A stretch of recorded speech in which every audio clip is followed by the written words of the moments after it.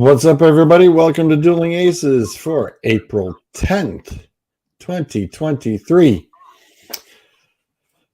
As you can see, most of the crew is MIA this evening, but just as the tag says, you never know what special guest is going to drop by, and one of those guys on that bracket is none other than Jake, aka SOX. How the heck are you, sir? How you doing, George? Thanks for having me on, man. Okay, no problem. Had a few other bodies that were hoping to join us, but we hope that Zolt, first and foremost, that the whole family gets better really, really soon. Sorry to hear that they are totally under the weather, but hopefully they get better the rest of this week, and that nice warm weather kind of burns off any of that stuff up in Michigan too. Also, Adam is still, I believe, en route getting home, so he had a late day today. Nicer weather means that that's going to happen as well. So it's a great opportunity, of course. You know, tonight we wanted to chat about baseball because we are now into the first full week where I still have not participated in watching a baseball game. Not really after checking out the rules and everything else, and just not a real big fan of why everything is timed. And this was one of the true sports that we didn't have to worry about a time limit. And if you wanted to spend a few hours at the ballpark, that's why you went to the ballpark, to spend a couple hours kicking back, relaxing, enjoying a baseball game. You weren't rushed within a under 2-hour time frame. So, with that being said, we do have a little bit of some updates. The Cleveland is up 3-2 over the Yanks. It is the bottom of the eighth. Bieber turned around and had at one point went 10 straight outs, which is quite impressive. 7 innings, 5 hits, 2 runs, 2 earned, 3 walks. They just flipped it because we're in the top of the 9th. And 4 strikeouts. Not too shabby for a 2.37 ERA for the night. Not bad. Or against the Yankees team. Yep. You are right. You're bringing in Clace for the close. That's exactly who they were bringing in, Jake. You called it right on the nose. Good call there, sir. Good call. I must have been watching Terry Francona for a long time.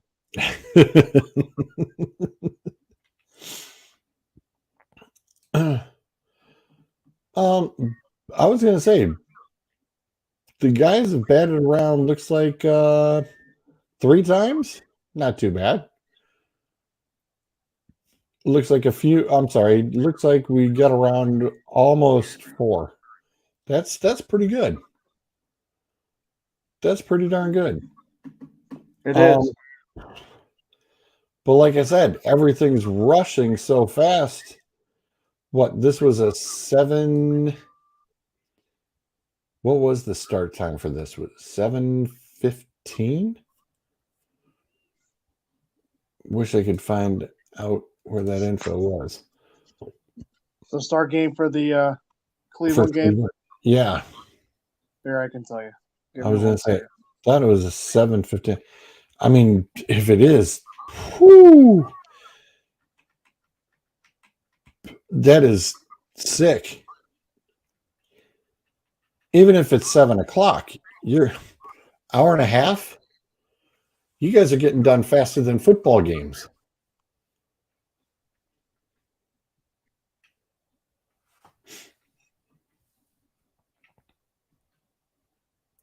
You know? For some reason, I don't think 7 o'clock was right. I was going to say, I thought it might have been 7:05. I thought usually the baseball was a 7:05, 7:15.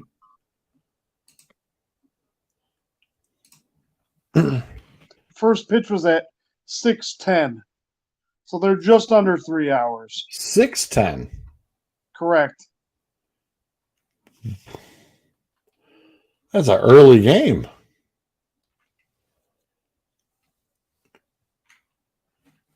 Wow. 6:10. Okay. Wow, that is interesting. I was gonna say they're not set for a doubleheader. A 6. No, but if it's the last game of the series, they always give the road team extra time because they have to travel the next day or even that night.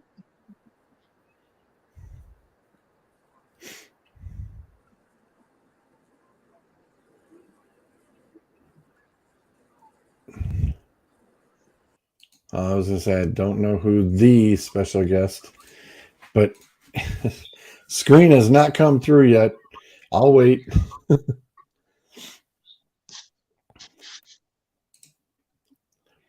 No, I forgot that. Yeah, if it was a 4-game. But that would explain why they're over at 8:30. So it's still below 3 hours. And not a lot of offense either. No. Nope, not at all. Sorry, where is my...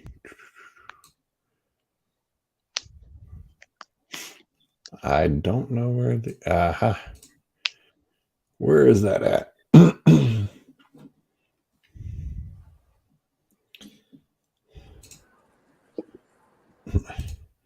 It had a logo for a second. That is a very nice Cleveland Browns logo.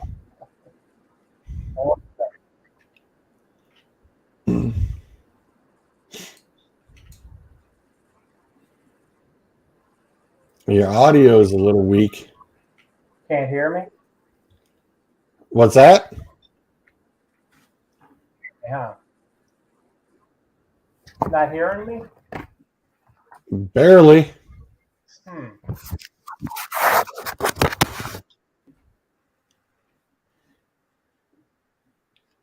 So you might get a little better.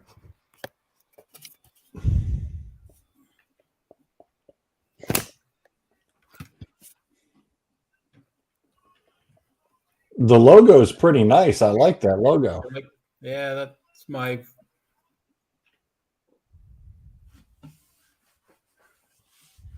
It's what they need in the middle of the field at Brown Stadium. Well, if you folks hadn't figured it out, that is our the special guest, Mr. Dave Manning. How the heck are you, sir? I am good. Getting some buy-in, so I'm trying to deal with that for a second.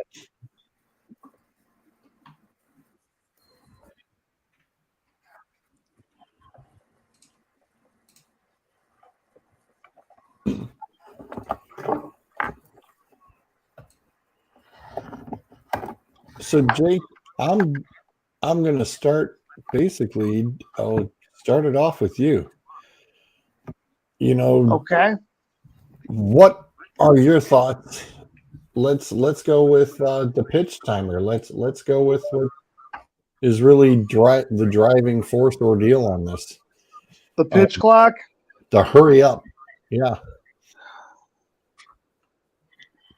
Everybody I've talked to when it comes to the pitch clock, the only thing I can gather is the ones that say, "Oh, I don't mind it," or "I like it."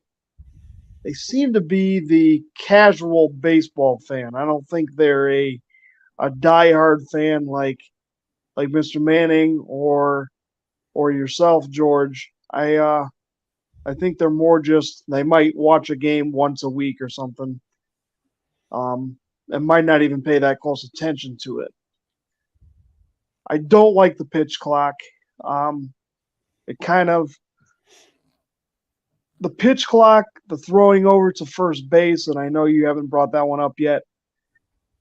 Once you get guys on base, a pitch clock does nothing but kind of give them a heads up of probably when you're going to go to the plate.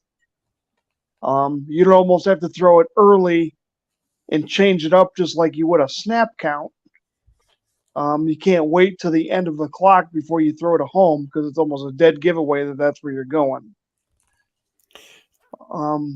Or in so the case of the Mets game last week, PD turned around and did a little jog going back, and he didn't get back to the bag fast enough, and they called a automatic strike on the batter right at the get-go.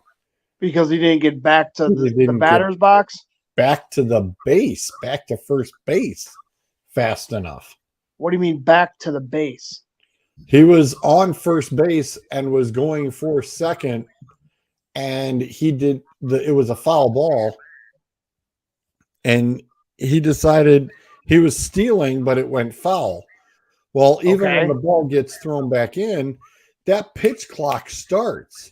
Well, Pete just kind of was nonchalantly walking back and did not get back to the bag fast enough, and they called a strike on the batter.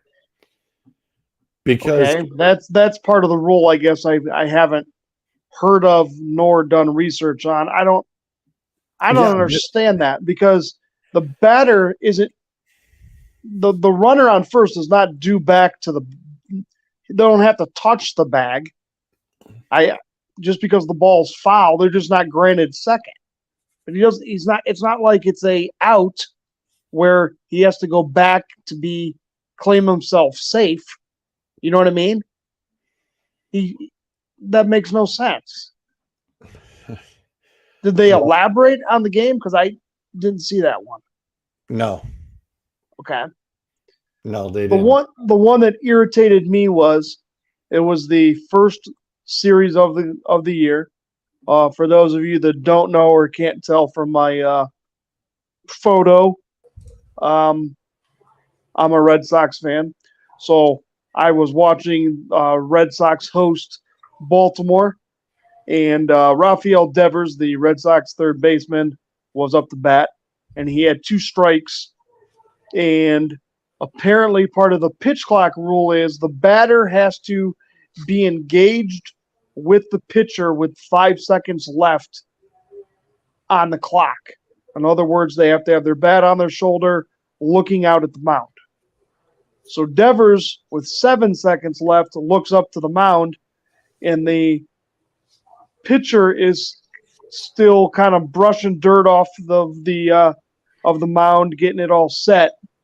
So he's got both feet in the batter's box, but he's looking down to the ground, and the umpire called strike 3 and said, "You're not engaged with the pitcher, you're out." I don't understand that. If you have both feet in the batter's box, if the pitcher wants to throw the ball by me because I'm not paying attention, then that's his prerogative. He should be able to do that.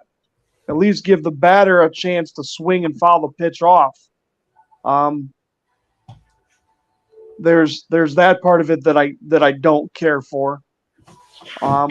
But I'm a old-fashioned baseball guy that baseball is all about strategy, and I think when you're putting pitch clocks in the game, you're ruining the strategy of it by making people almost play and fast forward. What do you think, George? And I agree. The one thing that I'm not crazy about is it rushes the pitches so fast that you're going to wear a pitcher's arm out. I mean, when we covered that Bieber went 7 innings, and it's like, boy, I bet you that there is a serious ice job coming for this evening, big time, especially this soon in the season already, and he went a full 7. Yeah. That's scary. And I said, give this a couple months, and those arms are going to get worn through. Well, it just reminds me of middle school, high school, whether you're a pitcher on the mound, you're a basketball player at the foul line, you have what I would call a routine, right? In between shots, in between pitches. These guys aren't used to being on a clock.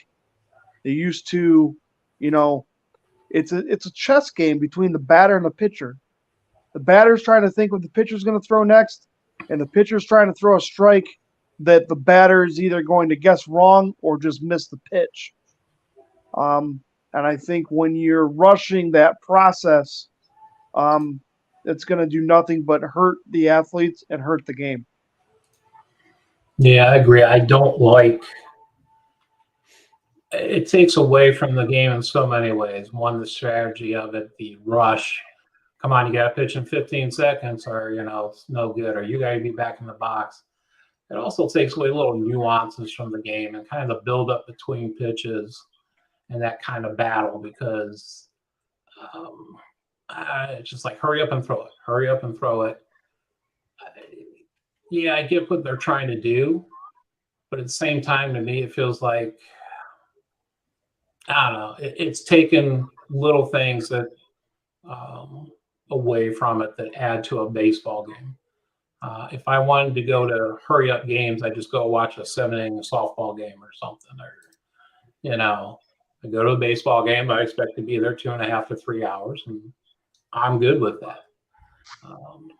Or a playoff game that's 4 hours, I'd have no problem being at a ballpark for 4 hours. I heard there was one guy on the radio earlier complaining that he doesn't have near enough time to go get beer and food for the family because 2 or 3 innings could go by in the time he goes to concessions to get back. And that's true at some of these ballparks. There's a lot of little things add to it. I didn't think about that. Yeah, shoot. And especially for as much money as you're spending. Oh my God. Yeah, that's a good point. Yeah, you could easily miss 2 innings going to the concession stand in the restroom at any ballpark, possibly 3, depending on, Depending on the lines where you're at, and if you got little kids, everything takes longer. When you're at the concession stand or the restroom. Exactly. So the one thing I'll say is I heard the baseball commissioner, Manfred, say that, nothing's written in stone. Hopefully after they try this year, they will think about it and maybe this is definitely. Go ahead. Sorry, Dave. This is definitely the guinea pig year. They're going to change stuff. It's not going to be the same next year. Yeah, or at least expand the pitch clock to, I don't know, worst case 25 seconds. 15 is just so fast. One for the pitcher to get ready for the next one, like George said earlier, just wearing your arm out. Those little breaks in between everything help the pitcher's arm to last, 7, 8 innings potentially. So something that kind of ties into the pitch clock a little bit when we have people on base. What are you guys' take on you're only allowed to throw over 2 times per at bat to a base? I don't like it. You like it or you don't? I don't. Yeah, I don't care for it either. Taken away again from the strategy of the game. Well, yeah, and to all, I mean, after the 3rd time, you're awarding the guy second base. Why? Why? Just don't. You're not allowed to throw it over there no more, or it's a ball. I mean, don't. Well, you could throw over. You could throw over twice. So then, after you throw over twice, the guy knows you can't throw. Well, so I've seen it. You have to get them on the 3rd. If a 3rd pickoff attempt is made, you have to get them. Advances 1 base if the attempt is not successful. Okay. Yeah. So basically, you have 3, but you have to get them on 3. But yeah, you got to get them on that 3rd one. All the games that I've watched, nobody's tried to throw over a 3rd time. No, you're not going to. You're not going to. So what I've seen is the guys on the base, especially these speedy guys, okay, they start with that walking lead, and then they get about a 1/3 of the way, and they just take off. Yeah. Well, if you throw over times after that, you got free reign. Well, I believe it was the Cardinals game. Somebody figured it out.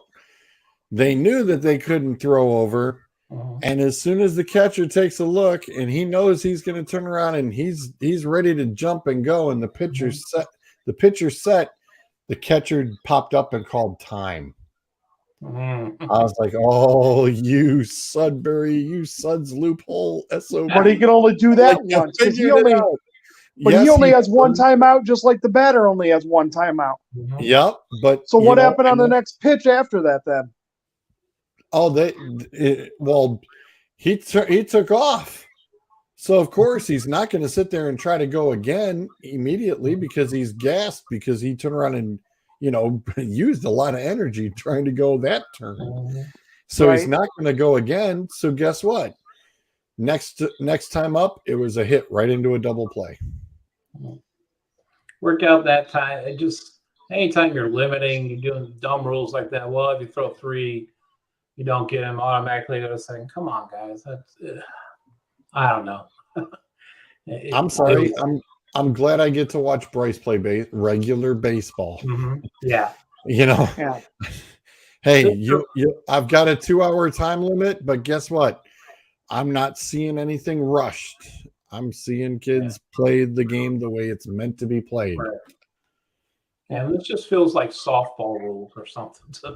Like in some beer league somewhere that I don't know. Yeah, that what's the Bananarama crew? Exactly. Rules. The Savannah Bananas. Yeah, that's it. Yeah. That's them. They're entertaining. Yeah. Oh, yeah. They're on my bucket list. I'll be going in the next 2 years. Yeah. I was gonna say I've seen a lot of the short videos, and it's just like yeah. I want to go check one of these out, especially after one of the guys explained some of the rules, and I said, well, all right, that's not too crazy, but it looks like it's meant to be a lot of fun. So that looks pretty good. The baseball version of the Globetrotters, at least from the videos I've seen. So, because they all look like they can play, so it looks highly entertaining. Agreed. Where's the batters who violate the timer? That was okay. It was the White Sox game already. Robert hit a double after a replay was initiated. They said that he didn't swing the bat in time, and they took him away and called it a strike 3. See, that's horrible. Horrible. He didn't swing the bat in time. If he hit the ball, it's in time.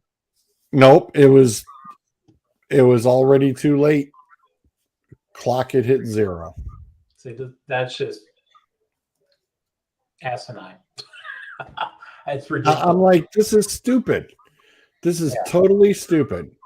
And if I was a fan at that game, I'd have been walking out. I would have went, dude, no, we're done. George, explain this again. The batter got his hit taken away because he swung too late. 0. Yep. But that's not on the batter. That's on the pitcher.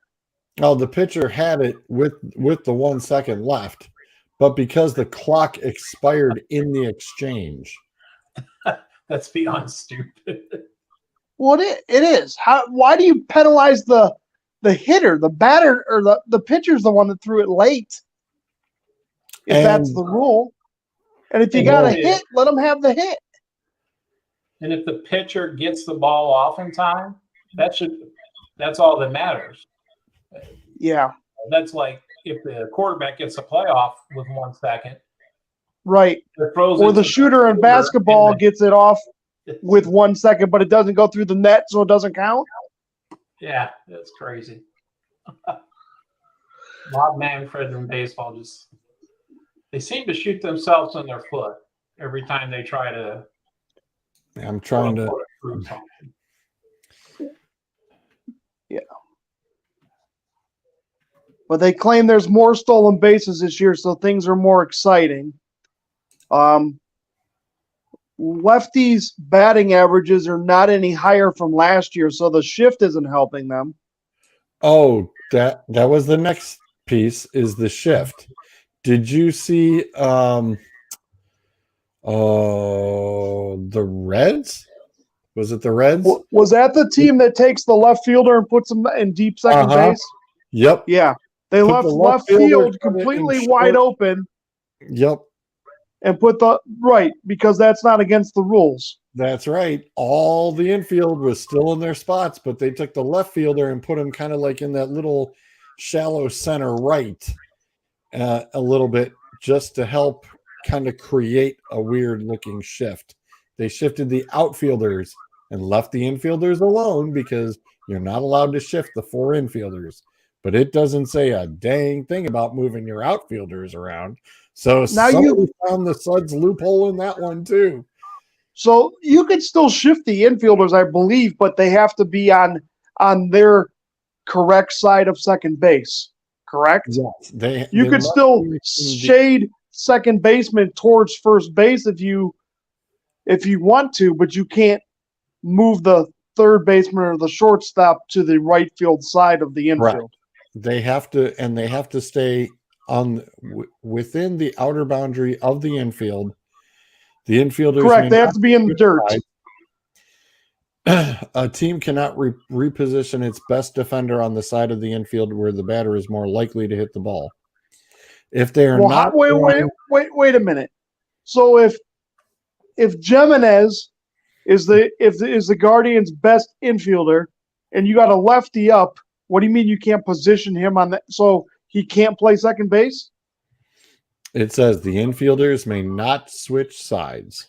Switch sides. Okay. Yep. How about this, guys? We just play baseball like it was created, and the 9 guys go to their positions. And no shift of any kind, and just you play baseball. I've never been a fan of the shift in any form. I'll counter that, Dave. How about this? You're a professional hitter. You get paid millions of dollars. And if our stats say you're always going to hit the ball on the right side or the first base side of the infield, and I want to put all 7 of my fielders over on that side of the field, then I'm allowed. If you're a professional hitter and you can't hit the other way, then I guess you shouldn't belong in the major leagues. Well, you can say that, and I'm not necessarily disagree, but the day of great hitters, that era has passed. Tony Gwynn's and Rod Carews are few and far between. These guys, and they don't stress fundamentals of hit to the left and to the right side. They just want these guys to pick whatever side they're best at and go with percentages and analytics. And well, it's all about launch angles and home runs. Station to station baseball is a thing of the past. I agree. And why I agree with you to some extent why a Major League Baseball player can't poke one to the left side or to the right side, depending on which way they're going at some point. I mean, I don't know why they can't, but it's obvious by these shifts. I don't know. To me, you put the 9 out there and they play where they can. And but yeah, you're right. I don't disagree. But I'm totally against the shift. I think, or against them banning the shift. I think you should be able to put your fielders wherever you want. I will say what's always amazed me, because the shift's been going on for, I don't know, last decade or 5? Probably, but it's been more drastic in the last 5 years, right? But yet no one in 5 years has said, hey, let me work on hitting to the opposite field so I can beat the shift. Like, it's just like they don't bother. And that amazes me. And like the left field or the shortstop or the second baseman playing a little bit shallow in the outfield. I mean, that was never that's always been a ploy. You know, that you kind of, that the guy is going to just hit, a softy, in that area because that that's generally what he does. You can turn around and move where you needed to sit there and say, nope, they have to stay in the dirt. Really? Well, okay, so quote unquote, stay in the dirt. So the third baseman can't play up for a bunt, or they're just not allowed in the outfield grass. They're not allowed in the outfield. It's in the outfield, yeah. Yeah, it's saying it's in the outfield. Yeah. And the team is only allotted 5 mound visits. I don't Prior agree to with that either, but that was the Gary Sanchez rule because he'd go out there and who knows. Yeah. It just seems like they're overcompensating on some of these, and it's like I don't agree with the 3 batter minimum for a bullpen guy either. I mean, back in the day, you had the lefty-lefty matchup. You got 2 guys in the bullpen warming up, and here comes 1 or 2 lefties, and you want your lefty to come out of the bullpen with nobody out, guys on the pond. You should be able to change it up. bring that guy in and have him face those couple batters, and then even though there's not 3 outs, you should be able to pull them. I agree. Because you only get 25 or now 26 people to play in the game. So if you want to have that guy pitch to only 2 guys and then pull them, then you're out that player for the rest of the game. Yeah. But it all comes down, well, they're trying to shorten the game, but then shorten the commercials. Do like NASCAR does with the side commercials if you got to get your advertising in. Because heaven forbid they do less advertising and lose money that way. Agreed. I mean, shoot, the WWE did it on TV for Fox. Yeah, it doesn't take 5 minutes for a guy who just strike out to go in there, grab his glove, and get out to the outfield. Yeah. But in the end, do we expect Manfred or MLB to do anything correctly anymore? I've lost faith in them years ago. And every time they go to fix something, we do a lot of stupid stuff like they're doing this year. Well, never. Yeah, I don't know. Only time will tell. Well, and the base stealing is going to be more successful because they enlarge the bases. Enlarge the bases. You can only throw over so many times, like we talked about. Right. So for those fantasy baseball gurus, they're definitely loving some stolen base numbers this year. Yeah. They'll be looking forward to that. You know? Yeah. I mean, you make the bags just a little bit bigger. Those really super close calls are now pretty much a given. It's like, oh, nope, they're safe. Right. How much bigger do they make the bags? 3 inches each way. Really? Yeah. Yeah. Holy cow. So 3 inches longer and 3 inches wider. Holy cow, there should be a lot more stolen bases. Yeah, you like how the base takes up like most of the picture back here? Honestly, that was done on purpose. Indian teams I've watched this year, I guess I didn't pay close enough attention to the bags. But they claim it's still 90 feet between each bag. Well, then okay. I'm sure. You got the same look I do, Dave. Because how does that happen? How do you make the base 3 inches wider on first and third and go, oh, well, it's still 90 feet, unless you just totally move the second base bag deeper in the infield. Move the second base bag deeper for both sides. Yeah. Yeah. Yep. And same thing, I guess, with first and third to make it 90 feet from home. Yeah, you're just pushing it further back down the line, 3 inches, and then second base gets moved out to accommodate that. So, I had no idea it was 3 inches. I thought it was maybe like an inch on each side. No, 3 inches each way. They look huge. I'll pay attention next Indians game. Or Guardians, excuse me. I still call them. You can call them the Indians. No, you can say them Indians. I don't use the G word on the. I don't use the G word. I just can't. I don't use the G word. I don't like. Nope. I've been trying to get used to that. I just hate their stupid logo. So. Yeah, it doesn't look like anything special. It looks like garbage. Yeah. Yeah, it looks like a maxi pads with wings. Pretty much. I still thought that they would have figured that one out and done something with it. Yeah. kind of disappointed. It's like, please hurry up and do something with that. Well, we could find out what the Commanders did and who they hired for their stuff because it looks halfway decent. Agreed. Commanders, yeah. Agreed. Theirs isn't bad at all.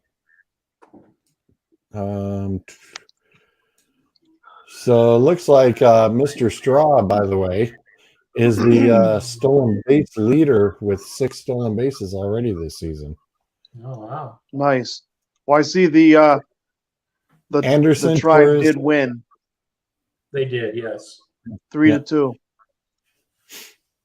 there's And the a Sox slew of lost people. 1-0. Ooh. Yeah, they gave up a solo shot in the 8th inning. Oh. Tough one. Hey, it's what it is. They're quote unquote rebuilding, and their best player, Adam Duvall, went out. He's got a fracture, so he'll probably be out probably 8 weeks. Who, the Yanks are rebuilding? No, the Sox. Oh, the Red Sox. Sox. And The here's Yankees never rebuild, Dave. That's a good one though. Well, that's true because they have the biggest payroll. You know, they got the. They have one of the biggest, but now you have the other big spenders, as in the Dodgers, the Padres, the Phillies, the Mets. So they have competition now. All I know is they went from 78 to 98 between championships, so that was 20 years. They haven't won since 09, so if we make it to 2029 before they win again, I'll be happy. Bieber also, by the way, 3 quality starts so far. That's all you can ask for. And leads the league with that. And totally leads the league with that. That's great. That's impressive.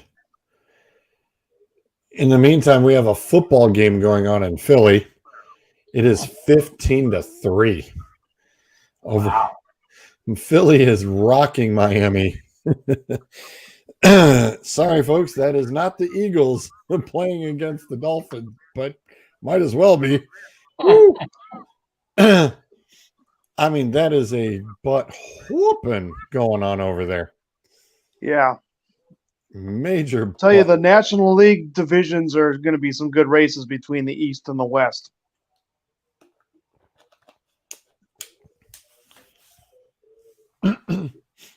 Now, I was going to say, I'll ask you on it. With this pitch clock,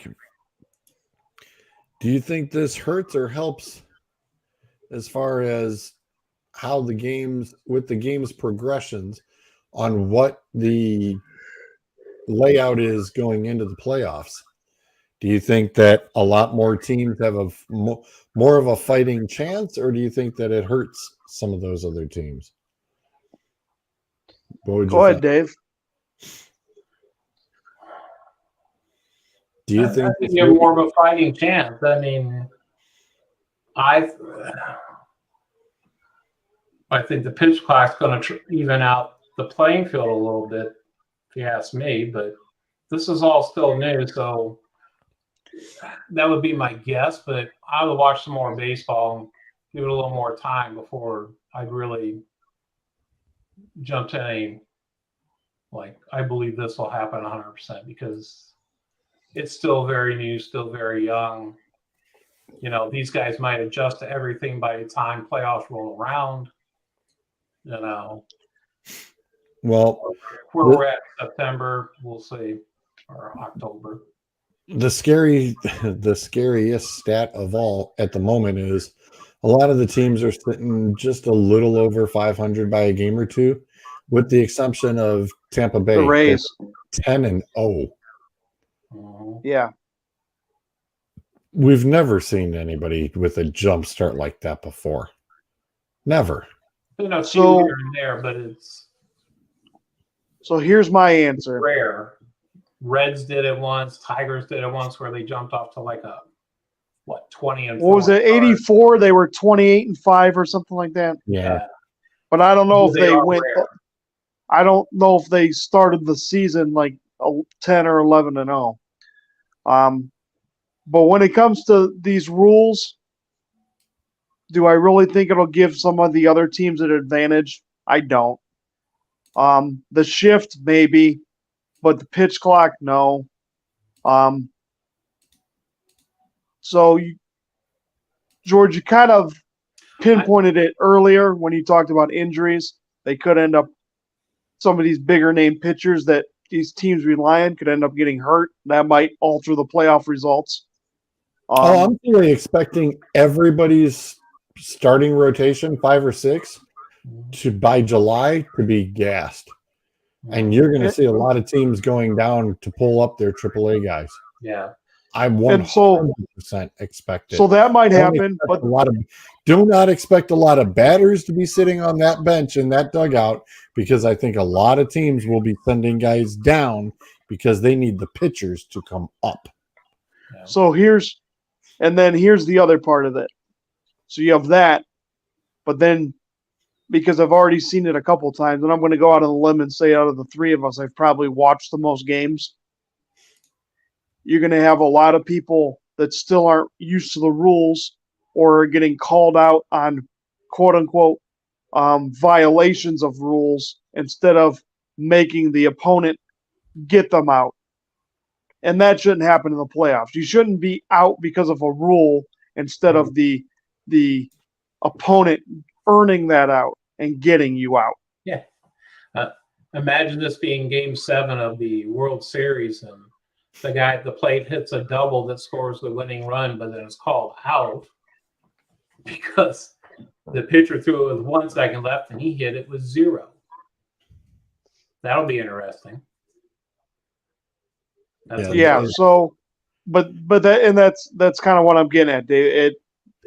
Some of these rules to me make no sense, and it's just like how the Cleveland Indians aren't the Cleveland Indians, because people that probably don't even watch the games are the ones that think, oh, we need to change this. Some of these rules that they're making, I can see from watching the games for years, people making these rules are folks that don't watch games every day, because these rules wouldn't be in place if the three of us had anything to do with it. No, and what's hard to believe is common sense doesn't prevail with some of this, with all these, high ups and Manfred that are supposed to put their heads together and look at everything logically. Well, they're claiming that baseball's a dying sport, and if they don't do anything to change it, no one will watch the game. But what they don't realize is our generation is losing interest, and we're their number one moneymaker right now. Yeah, I mean, and you're driving us away. And the cost to go to the games is just getting really out of hand. Well, that's because you're paying guys that can't hit the other way $400 million. And that's true. Baseball salary has been out of control forever. They've needed a salary cap. One of the things that is driving fans away is the unbalancedness of competition between small market teams and the juggernauts. The Indians have done great based on their payroll. What they've done over the last 10 years is really amazing. But Pittsburgh, Milwaukee, they compete once every 8 years maybe. And the Royals are a good example, right? The Royals sold their farm 2 years in a row, went to the World Series twice, and actually won it the second year, right? Yeah. Pittsburgh, they're always horrible. But and I get it. Cleveland doesn't have the big TV markets, but they have the 5th richest owner in baseball. And he refuses to spend money. Wow, that's true. But Cleveland's always been there needs to be a salary cap. Yeah, and Cleveland's been one of those kind of, we're not the all-stars, but we're to kind of go into the the sports mem and card stuff. We're not the all-stars, we're the semi-stars. Mhm. So you're not the stars, but you're the semi-stars, but you're not the regular guys either. Kind of like Pittsburgh, Milwaukee, and Yeah. them. Cleveland, Oakland. Oakland's dying. They're going to lose their team Well, within the next 3 years. I was gonna say, they're falling out. I agree. They're falling out. Same thing with Miami. Miami's going to be out. I don't think I was going to say I don't think Miami was ever in. I never really counted Miami as one of the semi. Well, they've won 2 titles, and they've been in the league Agreed. less than a lot of teams. Agreed. I would call it the blind chicken syndrome, but hey, talent has been there, but they're kind of on that outside looking in. The semi-stars, Philly, Cleveland, Detroit, we're kind of all in that mid-level talent pool and that market. Philly was. Now they got a couple good owner groups, and they seem to be spending a lot of money now. Oh, getting a couple guys like Bryce Harper, Trey Turner, kind of ears me away from being the fan eyeballing Washington and eyeballing Philly a little bit more, especially with one young Mr. Bryce over here, who is super excited that Bryce Harper got number 3 because he wears number 3. So he was very, very excited about that. And when he was playing with his buddies, he turned around and actually wore his Bryce Harper jersey pitching, and his hat and everything, and he just thought it was the coolest thing ever. I said, not too bad. He's super excited about it. So I even asked him, I said, if it's got a clock on it, I know you haven't been around long enough. I said, but what would you think about it? And he's like, well, I really don't know. So I said, if the game was like hurried up, I says, where you had to hurry it up, you've only got 8 seconds. He's like, geez, he goes, I don't have time to really set myself up. I think that's kind of where, and I wonder if walks are going to go up this year too, because everybody feels rushed. You would think so. That's what common sense is telling me, but we will see. That the walks would go up? Because everybody's rushed. And if you're rushed, you're not properly making your pitch. It's just like rushed in any other sport. Basketball, for example. Your shot's off because you're trying to get it off quickly before the shot clock is done. Yep. I could see that, especially if excuse me, sorry. If they're already ahead in the count, I could totally see a purpose ball being set up because the signal's coming through so fast. And it's like, hey, I got a pitch or two. I can give him a free ball and not bother throwing the pitch. I just want to make sure I get my next pitch correct to strike him out or force a ground ball. Right. I still think there's somewhat of a strategy here, but it's only going to work if you're ahead. If you're behind, you're hosed. Yeah. But I don't think we'll really know anything till about July. And I think George is right. These pitchers' arms are going to be worn out. Everyone's going to be worn out. I think walks go up because of that. Not only the just wearing the arms out, but you're going through this inning lickety split. Pitchers in the dugout for a lot less time to rest his arm in between innings. It's all going to add up. It's just going to keep compiling. I want to see what they look like mid-July, late August. Well, if it's all about money, guys, you guys are missing one of the biggest things. Hmm. The shorter the games, the less concessions and beer sales they make. Sure. No, that's true. Yeah. But like you said, I mean, If your pitchers are getting worn through, well, that's where the MLB's player association is going to step in and go, yeah, we can't do this. It's not feasible. Well, then they would Association- just lead to a strike because the players would say, you know what, we'd rather sit out than go under these quote unquote conditions.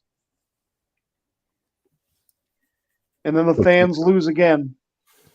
I was going to say that they're still behind. I mean, you've got football 1, baseball's not number 2 anymore.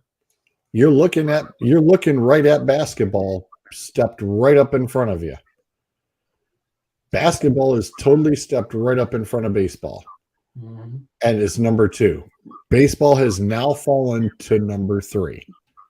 Well, it depends who you ask, I guess. But I don't know if baseball keeps going this way with dumber and dumber rules. But I might have WWE ahead of them. So, you know. Ding! Woo! We're just gonna make dumber and dumber rules like this. Okay. I'll just go to Akron and watch the Rubber Ducks. I was going to say, shoot, you don't even have to go that far. You could go right down 90 there and Crushers, yeah. you go right down and see the Crushers, and you go a little bit further, you can go watch the Captains if you want. Yeah. Although I think the Captains still have the timer rule too. Well, I'm sure the Crushers do too, because aren't they a single A affiliate now? They have not. They have not. Well, they had the extra guy on second base in the extra innings. Yeah, I saw that. They do have that, but I have not seen a clock going anywhere. I have not seen that. Well, but no, I believe. Have you attended a game yet? They haven't started yet. Okay. They haven't started yet for this year, but I had not seen anything in regards to that. I had not even heard anything. All I gotta say is, when does football start? Let's go. In Cleveland, that's a loaded question, Dave. It is, but when I say football, I get the Buckeyes too. But yeah, you're right. With Cleveland, it's a loaded question. But no, I hope the Guardians do well, and we'll see how this goes. Yeah. We got a lot of young question marks, and they got some good ball players. And so far, Josh Bell can't hit nothing. So, but it's early, so we'll see.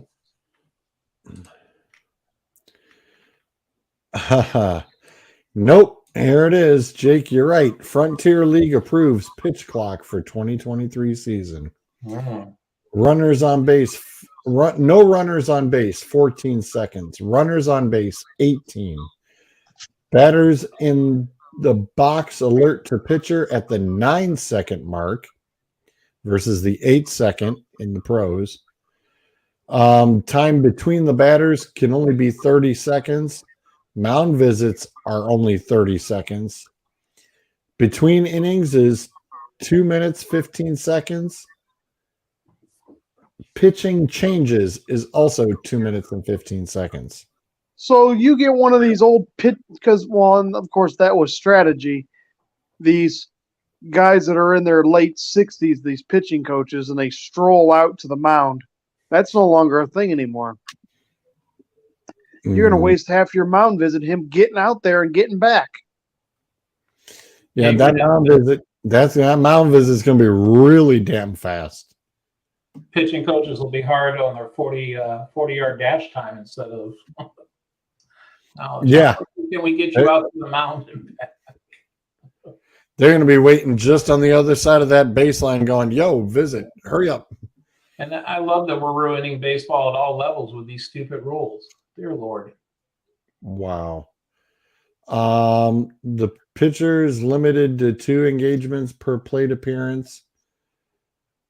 Pickoff, step-offs, defensive team timeout, or catcher leaves position to give defensive signals between pitches. Those are the disengagements.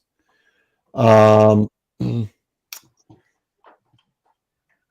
Any subsequent disengagement results in a balk unless an out is made or a runner advances.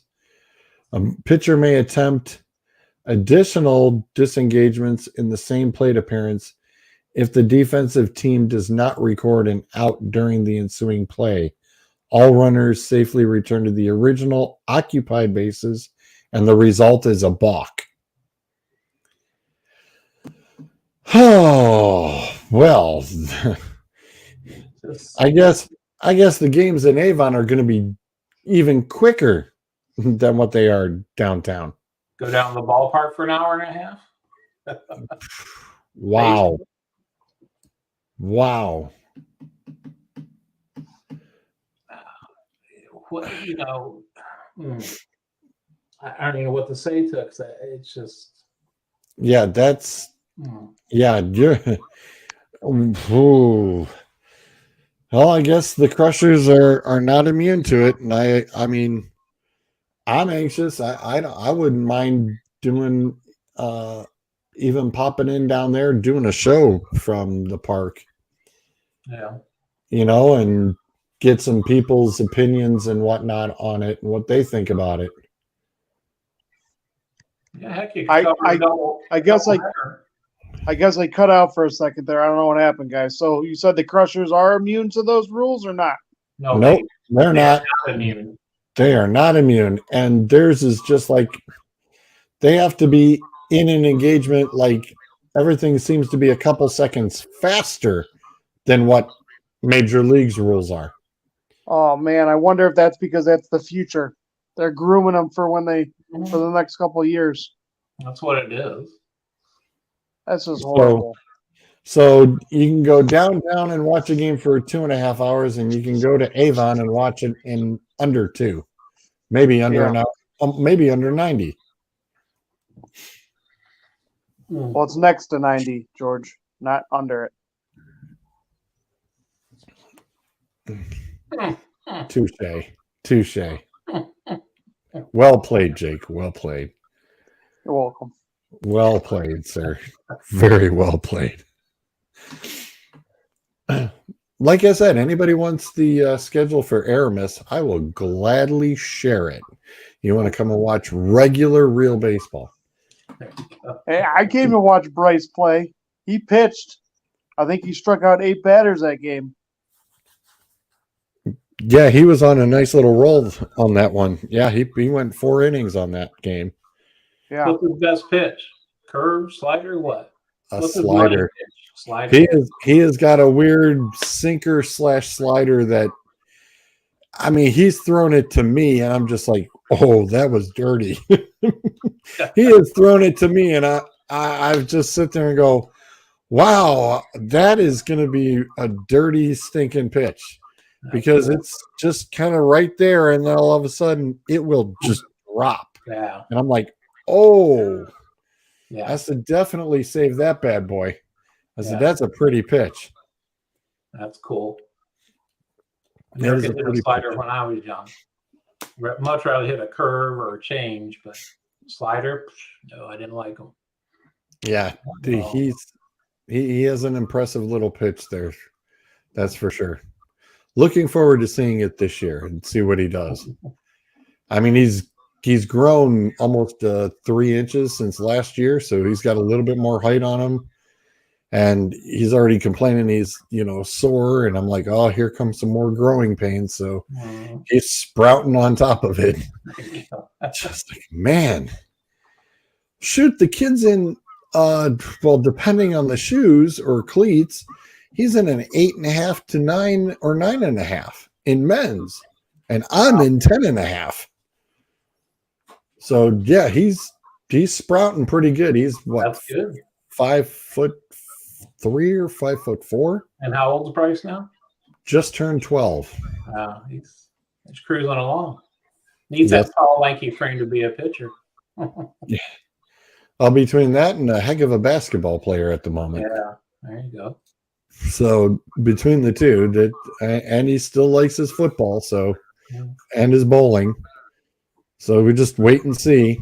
And I know the bowling's a little off right now because he is growing and he's still trying to coordinate everything.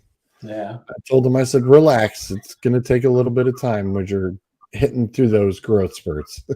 But no, I'm looking forward to the baseball season with him. Speaking of growth spurts, I'm sure you guys saw that 14-year-old kid that wears a size 23 shoe that's 6'10" and a monster. And Shaq got him shoes. That was nice. Oh, did he? That's cool. Yeah. Yeah, That because was he really couldn't cool. get shoes, and Shaq stepped up to the plate and got him some cleats.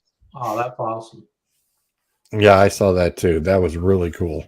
Yeah. And I mean, if there's anybody who knows and understands, it is that man. Yeah. But I was like, wow, that kid He's a monster. he's huge. As funny as in this past basketball season, a lot of these parents are like, oh my gosh, these kids look humongous. They like in high school. I said, I've seen this before. I lived up in the Detroit, Dearborn area in Michigan. I have seen a lot of tall kids who were 12 to 15, and you're just like, damn. Yeah. Holy crap. There. What have you been eating? Exactly. Yes, I have seen some serious height. That's why it never surprises me, ever. I usually have to tell the kids, look, we have to learn to shoot over those. But no, again, baseball, I know Bryce is looking forward to it. It's kind of ending out everything else. And it's like, yeah, it's summertime. It's baseball time. Yeah. It's that time of year. So definitely looking forward to it right now. Well, maybe we can do a follow-up about All-Star break and see how things have changed. Yeah. That would be a good idea. 100%. Oh, absolutely. Absolutely. All right, fellas, I got to jump off here, but thanks for having me. Jake, Good talk like to you I for a said, minute, Jake. Take care. bud. anytime, sir. Definitely You guys too. come Take back care, again. Mr. Dave. Thanks again, Dave, George. Take it easy, bud. You're welcome. You are very See you, welcome, fellas. sir. See you later. I didn't talk to Jake in a while. It's good to talk to him. Yeah, I had called him up last week and checked with him to see if he'd be, because I knew a good week of baseball, and I knew he had been definitely watching some. As well, I know I was going to try to reach out to a few more folks. Did not get the opportunity to. Have had a busy week myself. Yeah. But no, I definitely wanted to get some other opinions on it because I know mine. I feel the same way. Baseball's always been the one sport where you did not have to worry about a clock. Right. And there were reasons behind that. And now you've taken all of your game strategy out. It's like you said earlier, it's out the window. It is. That was the whole point of the game. And they're just like, well, even a chess match has a clock. I get it. Okay. I get that analogy or deal. Okay, fine. But baseball is all about strategy, and it shouldn't be rushed. No, it shouldn't be rushed. And that just takes so much away from the game. I just, and limiting a guy to throw twice to first base, third time, you just give him second base if you don't get him out. Come on, guys. I don't get why rewarding the base runner is exactly okay, if he goes the third time he doesn't get it, all right, fine. It's a ball, maybe. But you don't reward an advancement. That's ignorance. But punishing the pitcher anyway just says, okay, more than likely after 2 attempts at you, you've got you can take that extra 2 steps off that bag. Yeah, the catcher can call timeout once, but it just, I think when I see stuff that's so illogical, it just messes with my mind. And my brain can't process it because, like, how did you even come up with this and go, yeah, this is a good idea? Yeah, because it's not a good idea. Yeah. I mean, and they're like, oh, well, we tried it in the minors. It worked out great. Really? Did you ask on how well it worked out? No, No, it no. didn't. They just said, It "Oh, didn't. everyone got used to it." Yeah, they didn't have a choice. If you don't have a choice, you had to get used to something. Doesn't Mhm. mean it's good or that it should be kept. Right. It's just and just as soon as you told me that the batter was called out because when the ball got to the plate, Yeah, I'm still trying to dig that up because I nearly about lost it when I heard on I would lose my ESPN radio. I was just like, you've got to be kidding me. yes. I would lose my mind as a manager, as a player. Yeah, it's like you're going to go back to replay to see where the clock was. Right. No, Isn't that defeating the purpose that's of the not game? what. That's taking time. Right. And it's like, well, that's, the whole point of it was to speed up the game. But yet you're going to sit there and you're challenging ignorance and you're challenging something that's going to take 5 minutes to go over. And it's like, okay, and like Jake said earlier, it's like, well, shoot, you go to the bathroom and come back, you may have missed an inning. Oh, easily. Easily. Hell, in the old days, I've gone to the concession stand and missed 2 innings. I can't imagine now. Could easily be 3. That'd be half the game. Yeah. I mean, so yeah, it's just. I wanted to take a quick look here. I wanted to see what the I like how they're always like, oh, it's from this. No. It's like, give me the real deal, how much the seats are. The above ground nosebleeds are sitting at 27. Your lower levels are what they're saying from 53, but go up to $148 right off the get-go. Wow. For anything in a box seat. Imagine if you're in the nosebleed, you're in the top seat, top row, the upper deck at the Jake.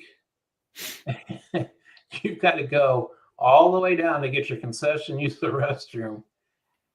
That might be a 4-inning stretch. I mean, that's a little bit of a hike.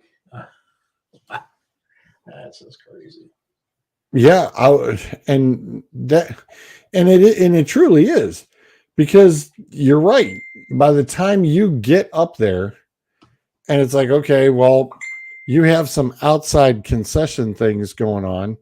Mm-hmm. Okay, you've got what, 1 or 2 that are up there, and so everybody who's up there, if you've got to wait in a line for almost 15-20 minutes, you've definitely missed an inning. Yeah. You've totally missed an inning. Yeah. I mean, it sucks. Mm-hmm.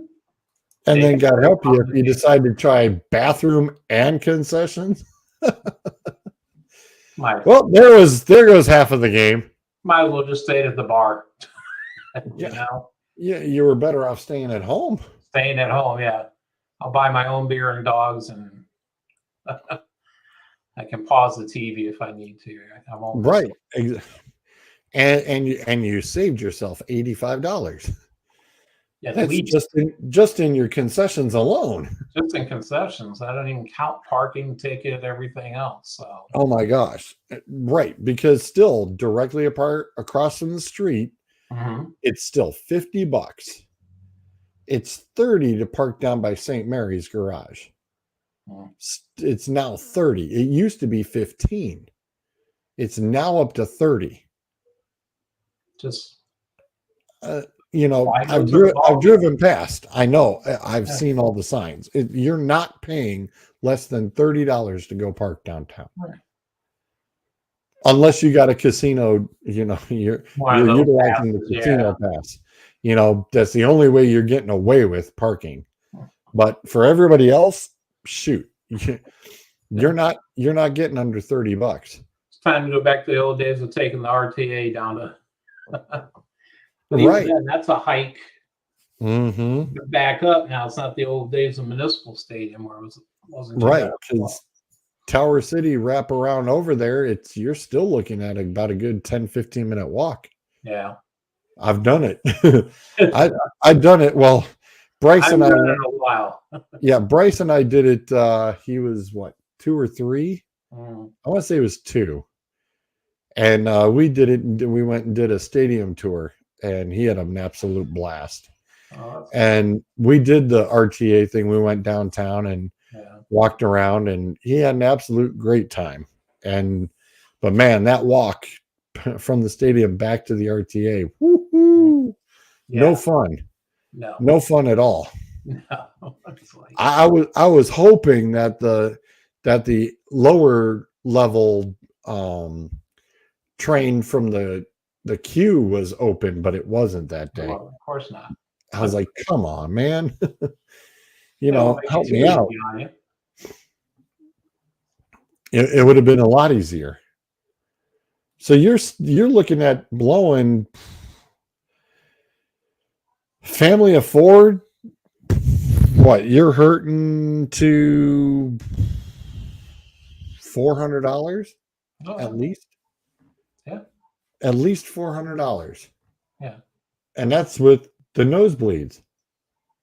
Yeah. That's with the nosebleeds. People can't afford it.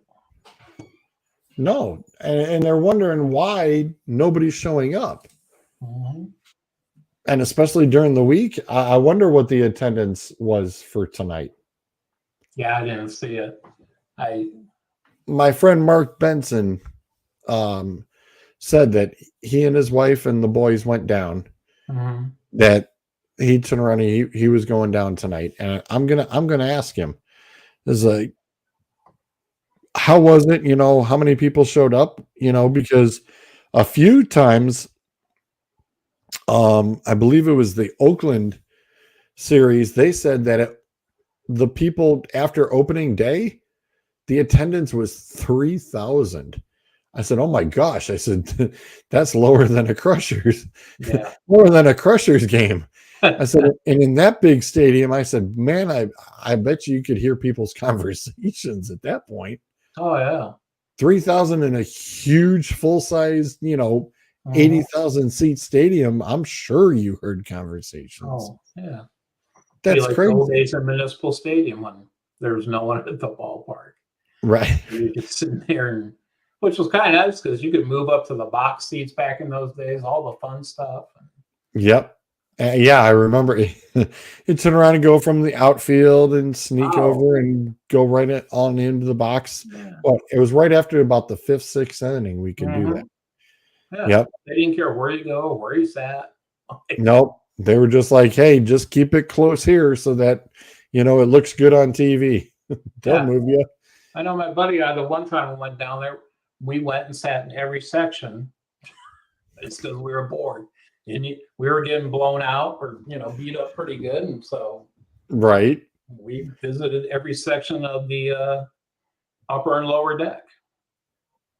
So those are the good old days. Oh, easily. So what'd you think of OBJ going to the Ravens? I think they overpaid. You beat me. You beat me to it. You beat me to it. There, let me put the NFL logo up there. Slap that bad boy up. Shocker for a 1-year deal. 18 mil. Yeah. What? And remember, guaranteed. He didn't play last year. Mm-mm. He did not play. And he's coming off the ACLs. So, okay. You gave him a lot of time to heal up. I hope Baltimore's keeping their fingers crossed. And it's weird because Baltimore usually ignores wide receivers. They haven't really had anywhere one of note since Steve Smith Sr. left, if you ask me. Right. And then they didn't sign away free agency. I wonder if this is some like hoping this will get Lamar's attention. Although I think there's such animosity there, I don't know that it'll make a whole lot of difference. Because quite honestly, Lamar is screwed without the Ravens, and the Ravens are screwed without Lamar because they don't have a good stopgap or a fill for this season. And the person, I said the person who's got to be really ticked off, and I had to look him up here, is Nelson Aguilar. He signed his 1 year for $3.25 million. It's like, wait a minute, what the hell? Yeah. I mean, damn. It's like, wait a second. What is Baltimore doing? I mean, technically, Lamar, anybody, and this is the dangerous game Baltimore is playing right now. Mm-hmm. The draft comes up, and anything is possible at the moment. And I do mean emphasize on anything. Because if certain quarterback situations don't go the way that a few people expect it to go in those top 10, I think this is going to be one of the craziest top 10s in a while. Could be. Because Lamar can get signed or offered by somebody else. And Baltimore can sit there and go, yeah, okay. Or even trade him. Yeah. So yeah, this draft is going to get very interesting very quickly. Yeah. And I mean, I really don't know what Baltimore is thinking at this point, and they feel like they're a little bit imploding, which I love to see because I absolutely hate Baltimore. With the only thing I hate worse than that is that school up north. Right. Right. So I love this. But then, I just, who's going to trade 2 number 1 picks for Lamar? Because while he's a very dynamic quarterback, he is not a great pocket passer. He doesn't throw good to the outside. His whole game is his elusiveness and that speed. That's where he kills teams. On average, he's probably 225 to 240 yards a game. He's not going to be that big guy like a Mahomes or an Allen that's going to throw for 400 yards. He's got to offset his 200 yards passing with 125 on the ground. And that's what makes him dynamic. But how many teams are going to give up 2 first-round picks if Baltimore was to hold to that and go that route? I don't know. Well, the only other team that can pull that, there are 2 teams that can turn around, and the systems are almost in that aspect, and that is the Panthers and the Packers. Now, I say the Packers because we know the Jets are giving up A, B, and C for Rodgers getting there. It's just we're still waiting on the diva to finish. It's like, come on, this is like the worst kept secret in the whole damn world. It's like, I'm so tired of Aaron Rodgers. Yeah, it's like, hey, dude, guess what? You know what? We don't care anymore. Yeah. You have now exceeded Brett Favre in the diva department. I'm sorry. Yes, you're kind of going on that same track, but no, you've exceeded the stupidity behind it. So sorry, but yeah, as far as I'm concerned, he's done. Yeah, he's toast. He's a piece of burnt toast. I think Aaron Rodgers is totally just done. I'm just so tired of his whole diva thing. I was tired of it last year, and then this year he went into his 5-day dark thing, and just like, I don't care. I don't even want to hear about it. The media's just eating it up, and what's Aaron Rodgers going to do, and blah blah blah. Pat McAfee's kissing his Oh. butt, and I'm just like, I don't even want to hear about it. I don't care. I hope he goes to the Jets, fine, and he sucks. Actually, I hope he. I'm anticipating him being injured in preseason or training camp, and Zach Wilson falls into the accidental. Thank you for letting me drive the Ferrari. I appreciate it. Hello, yeah. How about that? How about that for a kick in the Schwartz? Yeah, Zach Wilson ends up being the starter, has all of those all those toys around him, and has one of the best damn seasons that could have ever accidentally happened to let's him. not get crazy, George. I'm just saying. Zach's going to get in the Ferrari. He's going to burn out the clutch in the first quarter. I mean, well, Mike White's not there to save the gang. No, I would like nothing better than Zach Wilson to literally have that totally happen. Is that Rodgers gets injured and Zach falls into it and actually has one of the best seasons of his career because he has all those weapons. To anyone kind of usurp Aaron Rodgers, I'm all for it. Anyone at all. So, well, and the Detroit fans are extremely excited about it. Oh, I bet. They're super excited about it. Yeah. Right now, Vegas already has them set as, hey, guess who's coming up out of the north? Not Minnesota. They've got Detroit sitting there. Yeah. Said, yeah, we can see it. Yeah. Everybody thought last year, it's like, well, a year too soon. Just be a little patient. No, because you're going to get Jameson Williams. Mm-hmm. I think he's going to pop this year. The guy's got a ton of talent. He's got everything there. I think he pops. The only thing you got to hedge with him a little bit is that running game. First year growing pains because he only got to play 2 downs last year, I think. Yeah, so but it was, and they lost Williams, the running back, and they decided to pull in Chicago's running back, Montgomery. Yeah, and Montgomery, and I'm going, yeah, nope. Sorry, guys, you screwed the pooch there. Yeah, I didn't get that. At that point, you should just kept signed Williams. Yeah, because the money was pretty similar between him and Montgomery. Yes, it was. And kept your Montgomery, I didn't get that either. The Williams and Swift deal going. That's all you had to do. Yeah. Yep, I totally agree with that. Yeah. Absolutely agree with it. So we will see.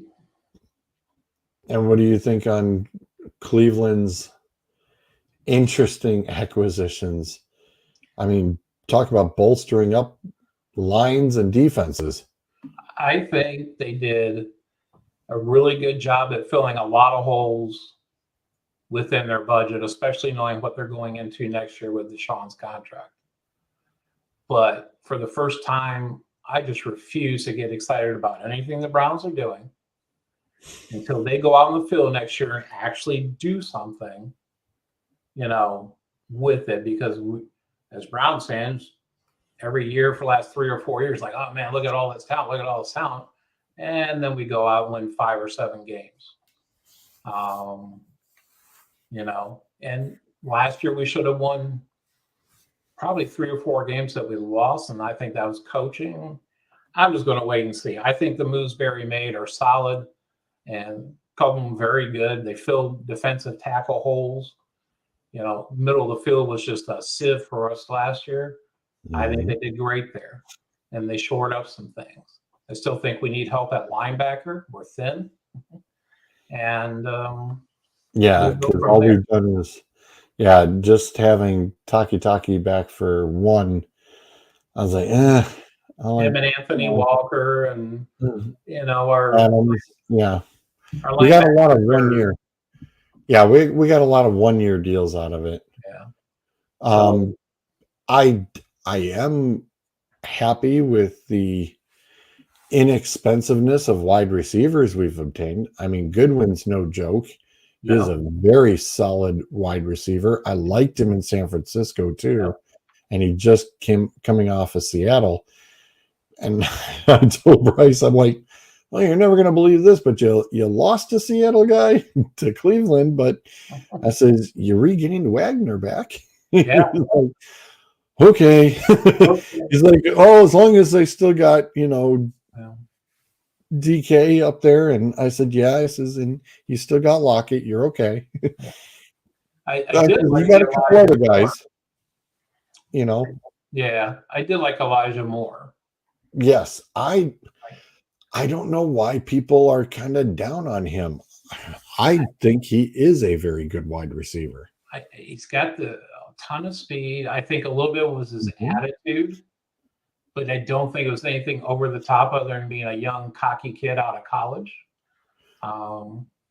And also, when he first came into the league, he was dealing with some idiots in New York before they picked up Salah. So I think that's a very under the radar. And I agree with you. The receiver moves are really under the radar moves. No big splash, but I think DJP or DPJ is going to be even better this year. You've already got Cooper. I think David Bell, they want to see what he'll do, if he'll actually develop into that Jarvis Landry role. And then you add that speed over top with Goodwin and Elijah Moore. Because I got to believe Anthony Schwartz is on his way out. Because he has been a bust. So, yeah, overall, Cleveland did well, I think. So, do you think the Panthers go with Stroud, or do you think they go with Bryce Young? Yep. I think it'll be Bryce Young.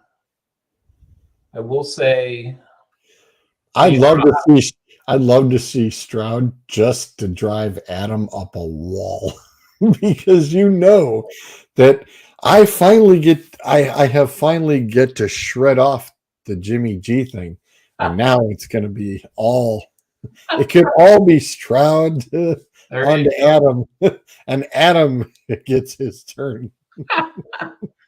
I mean, I like Stroud. I thought at Ohio State, he lacked mental and physical toughness at times. Michigan rattled him in the final game of the year. He was rattled a couple other times. If he's not rattled, great passer, but I really question on multiple times his mental and physical toughness. I thought there was a lot of times he should have took off and run with the ball in several games, including the Michigan game. And he doesn't. And but I do like. We'll see. I do like the fact that he was more pocket minded. Pocket first, run second. Right. But with CJ, looking. There was a lot of times where he had the option to run pretty openly on the second, and he didn't take it. And he would force balls, it's like, nah, dude, you could have just ran for 6-8 yards there easily without you and get out of, you ain't even taking a shot. So we'll see. I think they'll go with Bryce Young. But Stroud will go in that top four somewhere. I'm just hoping he goes to somebody who's got a good system that can work with him. Yeah. And not just sit there and go, okay, we're just throwing you out there and winging a prayer. Yeah. No, thanks. Not interested. A system where they try to fit the square block into the round hole like the Browns always do. Yeah. Yep. Yeah. You got it. Browns are famous for that. So. Okay, real quick. Yeah. Cavs versus Knicks. What do you think? Scares me. I think the Cavs win, but it's going to be tough. Think it goes full series? I think it goes 6 for sure.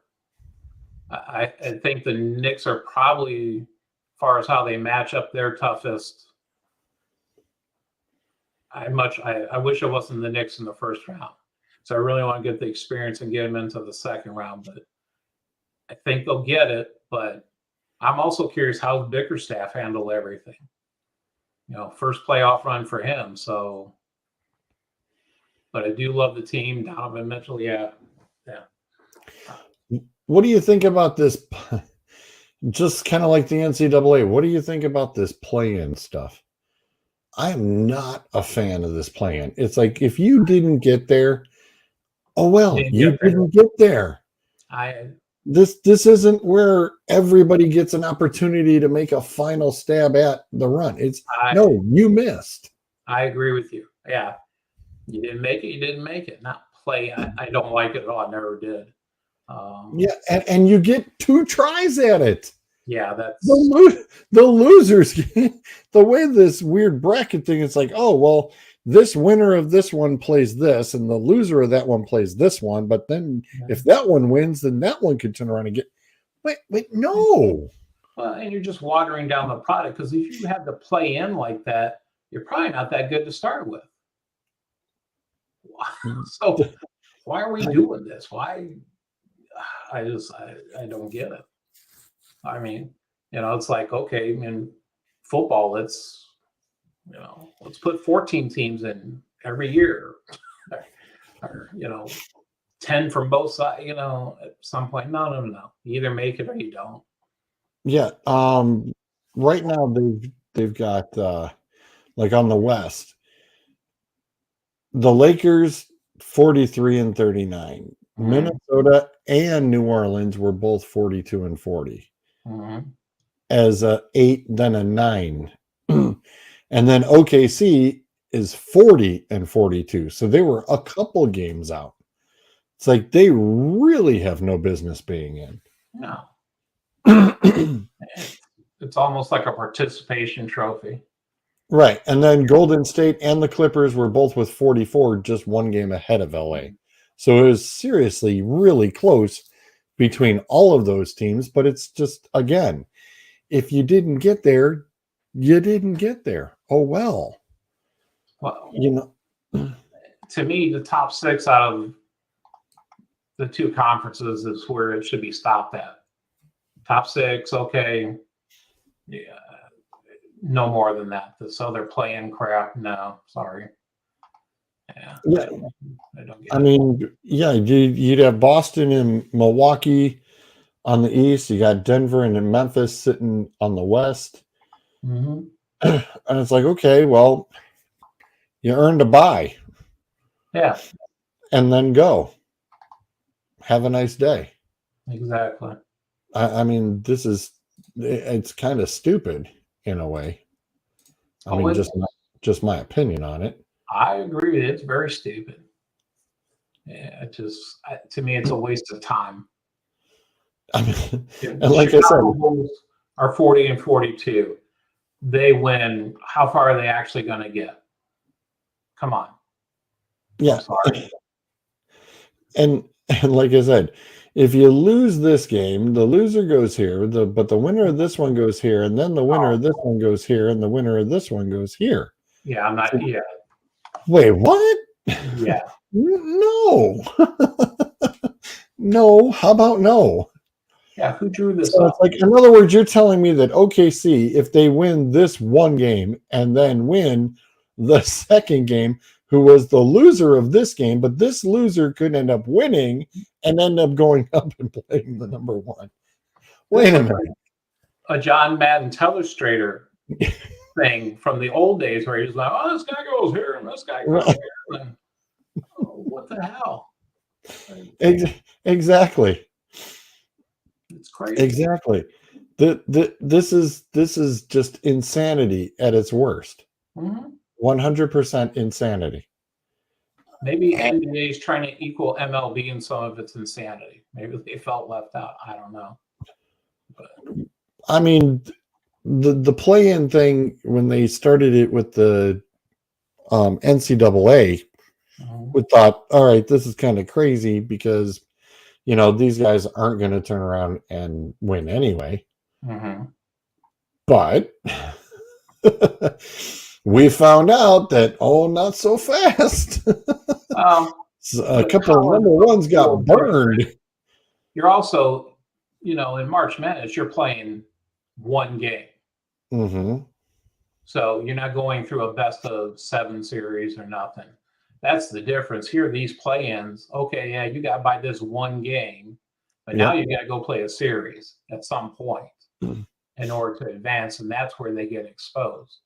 March Madness, you could just keep winning one game. That's a huge difference. Okay, so you've got to go up against, UConn one time to beat them, not the best of 5 or the best of 7. So, the whole play-in thing with the NBA, who knows? Well, I was going to jump through with the NHL, but they are not solidified just yet. They still have 2 more weeks to go. But a lot of them, even Seattle, after being in the league on their second year, they have clinched that wild card spot. So Seattle is in. Oh, really? So the Kraken, NHL at all. the Kraken, the new Kraken have made it. The new squads have made it. So Vegas is in again, and so is Seattle. So the new kids on the block are hanging tough and hanging in there. And actually, when you said Vegas, this is probably all Vegas driven. Got more play-in games. That's more things to bet on. True. Very true. More money for Vegas because it doesn't make sense otherwise. But well, thank you very much again for joining me this evening, sir. I appreciate it. I'm glad to. And Jake, I had time, so I saw the invite. I'm like, yeah, I can jump in here. Super appreciate it. Like I said, Me, again, I enjoy talking. And like I said, Zolt, hope everybody get the whole family feels better. They've been down with the bug over the past couple of days. So, okay. Yep. So he turned around and mentioned to me, he says, yeah, he goes, we're still not doing so hot. I said, it's not a problem. Yeah. And I know Adam was working late. We said, with this nice weather, we know that that's going to happen too. So, everybody's tied up with a few things here and there.